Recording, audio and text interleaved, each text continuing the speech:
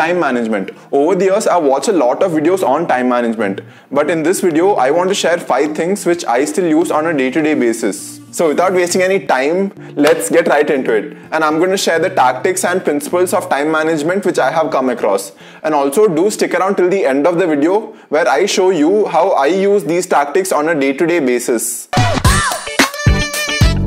But before I begin, the main reason why we feel like we need to manage our time is mainly because we feel like we don't have control over it. But don't we though? On any given day, generally we can choose what we want to do with our time. Like how I'm sitting here, recording this video. Hey, it's a conscious choice of how I choose to spend my time. And before making this video, I was playing with my neighbor's dog. Hi puppy, hi puppy, hi puppy, hi puppy. Belly rubs. And you know, at night, at the end of the day, if I didn't end up doing adult stuff, you know, things like washing your clothes, sweeping, mopping, doing the dishes, I can't really say that I didn't have the time to do that. But rather what I should say is that I chose to play with the dog instead. The first step is to be aware that we are actually in control of our time. I agree that we have parents, teachers and bosses, but for the most part, it is true. We more or less have control of our time. So here are 5 time management tips that really help me. And before we start, please do smash that like button for the YouTube algorithm. And with that said, let's start. The first point that I would like to talk about is working with a sense of urgency. This is especially true during lockdown because we have way more time on our hands. We do. Classes are online, work is from home, and we spend no time in traveling. But because of which, I always found myself getting caught up in the, oh, I can do it later mentality. And at the end of the day, that later never really came. And that is mainly because of the lack of the sense of urgency. There's a law called the Parkinson's law, which states that work expands to fill the time we allocate it. If I give myself an entire day to study, for every 10 minutes I study, I'll probably end up taking a 15 or a 20-minute break. Compare that to if I had an exam tomorrow, and in that case my efficiency will be at an all-time high. The reason is the Parkinson's law. Giving you another example of me going running on the weekdays compared to the weekends. On weekdays, I know for a fact that I have to start working on 10, and those days are coincidentally the days which I found myself running faster than ever. Okay, I literally have 2 minutes more. Compared to the weekends, where I know that I have the whole day ahead of me and found myself jogging at a slower pace. When I'm in the park, I just like to walk instead of run. Because I just like to enjoy the nature, because honestly it's such a nice and a pretty day outside. And this is mainly because of the lack of urgency. And in this case, creating an artificial deadline and allocating only specific amount of time per task really helps. The second thing that I want to talk about is writing things down. The simple act of writing something down makes a lot of difference. It's basically taking something out of your mind and putting it on paper, which makes it more concrete. It gives me a clear sense of direction on what I need to do. And having something as simple as a to-do list, my to-do list, actually ends up in me doing those things that I wrote or set out to do. And I can't even explain the amount of satisfaction that I get after I do something on my to-do list and I strike it off. And those are the little pleasures in life that I enjoy. Even if that something involves things like watching TV or watching a movie, just write it on your to-do list and then do it. At least that way, we'll feel like we chose to do it. Rather than, you know, like ending up in a comfortable position on our bed and watching a movie and 3 hours later feeling like shit, I wasted all my time.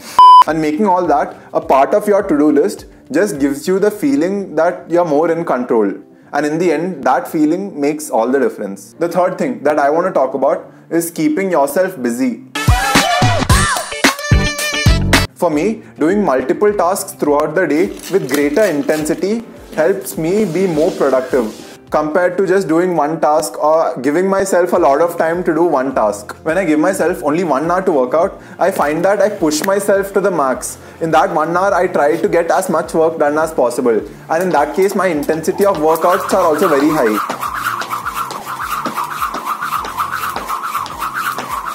Compare that to workouts in the past where I knew I had a lot of time, and as a result just half-assed everything because I knew that I had a lot of time. And in the end, I had a better workout with a shorter amount of time spent. Usually, when I allocate more time to one task thinking that it would lead to better results, it usually doesn't. I end up procrastinating way more than I should. And that is because of the law of diminishing returns. What that means in this context is that the more time you spend on something, the extra benefit that you get from every extra hour that you put in keeps on diminishing. For example, hour number 6 that you study will be way less effective than hour number 1. What personally works for me is giving myself a decent amount of tasks to do during the day. And in that way, I feel like I have no time to waste and as a result do each task with more intensity. On the other hand, there's also a concept known as batching, which I came across from the author of this book called The 4-Hour Work Week, where the author groups all the similar tasks together and does it all at one shot. The author talks about how he lets all the emails in his inbox accumulate, and basically he just replies to all of them at one shot on a given day. And that gave the author the mental freedom of not having to check his emails every day. The idea behind batching is that you group all similar tasks together, and once you start doing it, you build momentum in doing one task and use that momentum and carry it over to the next and get it all done in one sitting. But I have found that it's not true for all the tasks. Has this ever happened to you where you start studying and then you get so engrossed into the subject and only moments later when you look at the time and you finally realize that 12 hours have passed? Has that happened to you? No? Yeah, me neither. Batching really doesn't help in those scenarios, but there are a few things which I do on a day-to-day basis with batching which really helps me save a lot of time, which I will talk about at the end of the video. Tip number 5 would be planning ahead. There's a saying that goes like, your day starts from the night before. Has this ever happened to you where you're supposed to wake up really early the next day? It could be going for a trip with your friend or even going for a picnic from school. You excited? Yes. What's the time, dude? It's like 4:30 a.m. And you, the same person who could not, or including me, the same person who could not or always presses the snooze on the alarm button, magically wakes up at 5 a.m. And I'm like, shit, how did this happen? And why doesn't this happen on normal days? The main reason behind that is that we have already mentally planned on what we're going to do the next day, what we're going to do after we wake up, what we're going to wear, where we're going to go, and what we're going to do once we get there. And as a result, planning your day the night before really sets you up in order to have a productive day ahead and also helps you manage your time well. It's using this tactic that I can wake up at 5 a.m. every day with minimal efforts, which I'll be talking about at the end of the video. At the end of the day, why I feel like time management is so important and it's a topic that's so close to my heart is because of the fact that I am passionate about many things. I really like things like working out, running, and even making these videos as well. But at the same time, I am also a CA student. We have lots to learn, and I'm also doing articleship, which is basically a 10 to 6 job. I know for a fact that if I don't manage my time well in a day, I won't be able to do all the things that I do. And I don't want to be in a position where I have to choose one over the other. So my only option that I can see is to manage my time really well.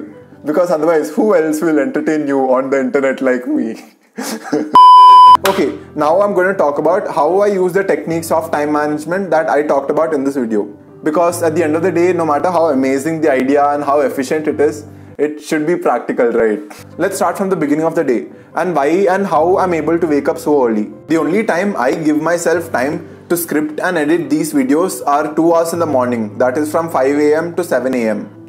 Vivek, you script your videos? I thought you were authentic and speak directly from your heart. Yeah, I loosely script it because I don't want to just go off track and just start rambling on because I'll just waste your time and this is a topic about time management. You get what I mean, right? Was that part of your script too? Maybe. If I don't wake up early, I won't have time in any other part of the day because as the day goes on, work and studies just keep piling on and on. Time right now is 5:18. And the thing is that I just feel like the earlier I start my day, I just get more time throughout the day. So for me, it's either 5 to 7 a.m. or not at all. And that actually helps to create that sense of urgency and coming into that now or never type mentality instead of now or later type mentality. So that actually helps me get the work done. But in the past, I've tried staying up late at night as well. But for me, I just found that there are more distractions at night compared to the morning. And when I wake up in the morning, nobody's around, everybody's still sleeping, and basically there are no distractions. When I wake up early in the day, I don't feel that urge to scroll through social media. Compare that to later at night where I've caught myself scrolling through social media, like empty scrolling through social media, especially on Instagram, especially on Reels. Oof, Instagram Reels. It's kind of like time travel, it should be illegal.